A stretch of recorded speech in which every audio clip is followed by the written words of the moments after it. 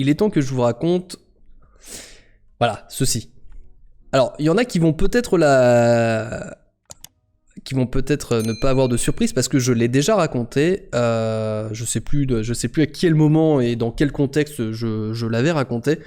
Mais il s'agit d'une de mes blessures les plus what the fuck et qui m'a fait perdre un peu foi en l'humanité ce jour-là. Il se trouve que quand j'étais plus jeune, je prenais beaucoup de risques parce que j'étais un skater et je faisais aussi beaucoup de roller. Voilà, pour vous mettre dans les idées, j'aimais les sports de glisse, les sports extrêmes comme on les appelle. Et ça me faisait bien marrer et je revenais souvent très blessé, donc pendant un très long moment sur les coudes, les genoux, les bras, j'avais plein de cicatrices tout le temps, partout. C'était un peu l'enfer. Et puis, alors là, c'était un jour comme un autre, je n'avais pas forcément envie d'aller faire du skate et du roller, mais il fallait que j'aille acheter quelque chose au supermarché, et le plus rapide à ce moment-là, c'était de prendre mes rollers. Du coup, j'ai pris mes rollers, j'y vais, tout se passe extrêmement bien, sinon ça n'aurait pas été drôle. Et sur le retour, je décide de prendre un autre chemin, et en fait, c'est là qu'a eu lieu le drame, c'est-à-dire que, pour vous faire un schéma très simple, j'étais obligé d'être sur le trottoir, puisqu'il y avait énormément de circulation, et que du coup ça aurait été beaucoup plus dangereux en fait d'être sur la route.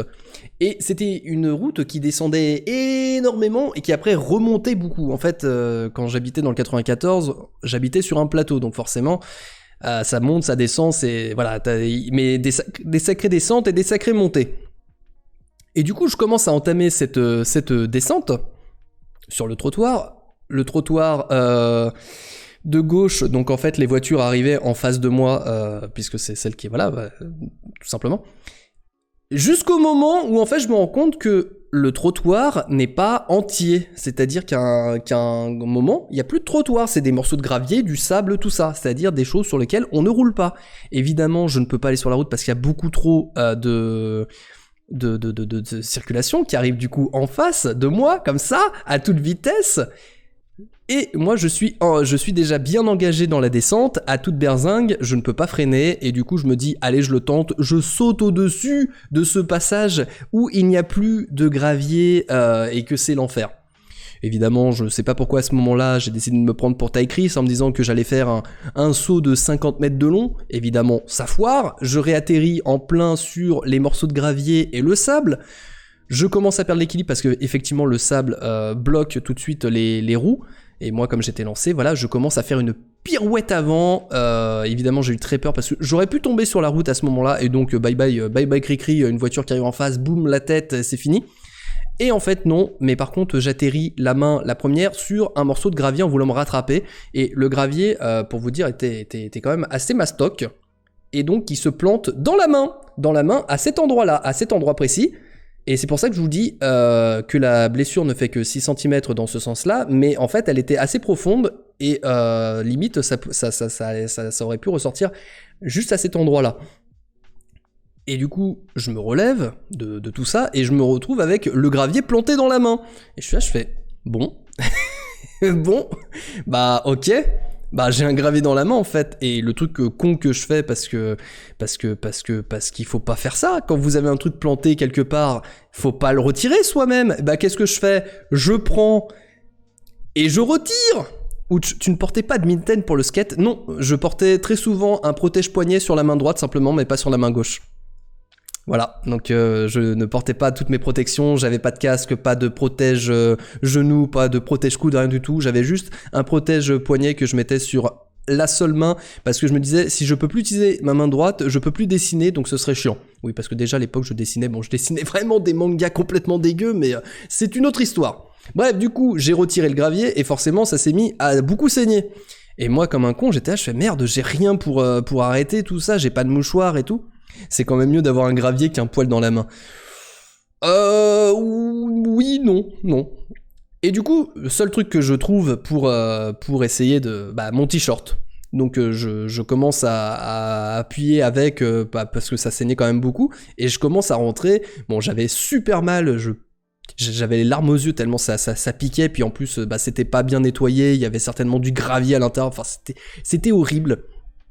Et ça saigne, et je commence à en foutre partout sur mon t-shirt, et pendant que je suis en train de remonter le plateau difficilement, donc en plus en faisant des efforts et tout, je croise une personne, une vieille dame, et je lui demande si elle peut me passer un mouchoir, au moins quelque chose pour arrêter d'éponger avec mon t-shirt, parce que bah en fait, je suis là avec mon t-shirt, je fais... Et en fait, la personne a peur de moi à ce moment-là, parce que forcément, t'as un jeune de je devais avoir quel âge ? Je devais avoir 14-15 ans, quelque chose comme ça, peut-être 16. Donc un jeune de... Non, j'étais pas au lycée, non. Donc entre 13 et 15 ans, quelque chose comme ça. Un jeune qui arrive avec plein de sang sur son t-shirt et tout, bah apparemment j'ai fait peur à la madame. Donc elle a changé de trottoir, elle m'a laissé dans ma merde. Je suis rentré chez moi, bon il y avait ma mère qui était là, elle a vu le t-shirt et tout, donc elle a eu peur. Je lui ai fait non mais c'est bon, je me suis coupé, rien de grave, tout ça. Je vais dans la salle de bain pour désinfecter. Et sachez que quand vous avez une ouverture comme ça, déjà juste passer de l'eau c'est l'enfer, mais alors j'ai désinfecté mais comme un bourrin, j'ai jamais serré autant les dents. Et en plus je l'ai fait plusieurs fois parce que j'avais vraiment pas envie que ça s'infecte. Et le soir, j'étais encore au conservatoire à ce moment-là, parce que j'ai fait du conservatoire, et j'ai fait notamment aussi du solfège, et j'avais cours de solfège ce soir-là. Elle est pas cool, la madame. Non, elle n'est pas cool du tout. Et c'est pour ça que j'ai dit que j'avais perdu un petit peu foi en l'humanité à ce moment-là, parce que j'aurais vraiment eu besoin d'aide. Juste, tu vois qu'elle me file un tout petit mouchoir, ça te prend une seconde, et puis ça peut sauver ma main. Bref. Oh, je vais quand même à mon cours de solfège, j'avais quand même pris des antidouleurs, je crois, donc j'étais un petit peu shooté parce que ça faisait vraiment très très mal. Et il faut savoir un truc, c'est que j'étais un très mauvais élève en solfège parce que ça me cassait les couilles. Mais vraiment de ouf. Et en plus, j'aimais pas ma prof. Et ma prof ne m'aimait pas, et elle me le faisait comprendre. Et ce jour-là, du coup... je faisais rien comme d'hab parce que voilà, mes parents avaient payé, ça me saoulait d'y aller, et j'avais pas encore pris la décision d'arrêter. Je crois que c'est arrivé peut-être cette année-là à la fin de l'année, donc en juin. Et la prof à un moment, j'ai mal à la main en fait, ça reprend la douleur et j'ai envie de juste d'aller passer la main sous l'eau, histoire d'atténuer un petit peu la douleur, et donc je demande à pouvoir sortir pour aller faire ça, et en fait elle me demande pourquoi tu veux sortir pendant le cours et tout, et je lui dis en fait voilà, et je lui montre ma main, et en fait elle est là, elle commence à péter un câble, et elle pensait que je m'étais ouvert la main de façon intentionnelle pendant son cours avec des ciseaux, et je la regarde, je fais mais pas du tout en fait, je me suis juste planté tout à l'heure en roller, et voilà, j'ai pas, c'était il y a 2 heures, donc oui, j'ai pas de bandage, j'ai pas de pansement, j'ai rien du tout, voilà, comme si t'avais que ça à faire. Oui, mais en plus, vas-y, mais fais-le consciemment, avec un petit rire sadique évidemment, tiens, c'est juste pour te faire chier. Et du coup, elle m'a laissé partir du cours pour aller soulager justement la douleur avec de l'eau froide. Et ça a mis un temps infini à se refermer. Pendant très longtemps, j'ai gardé du coup évidemment. C'était sûr qu'il allait partir. J'ai gardé du coup la cicatrice pendant très longtemps, et je pense que maintenant, vu que ça doit faire 15 ans que je l'ai, avec la peau qui a eu le temps de changer et tout, ça s'est vraiment atténué. C'est pour ça que je voulais entourer, parce qu'elle est plus trop visible aujourd'hui. Mince, elle a découvert mon plan. Oui, elle a découvert mon plan. Donc voilà, l'histoire de cette fameuse ouverture dans la main. Ne faites jamais comme moi, c'est-à-dire si vous avez un truc planté, laissez-le dans la peau, ça évitera que vous perdiez plein de sang. Voilà, c'était le petit conseil du jour.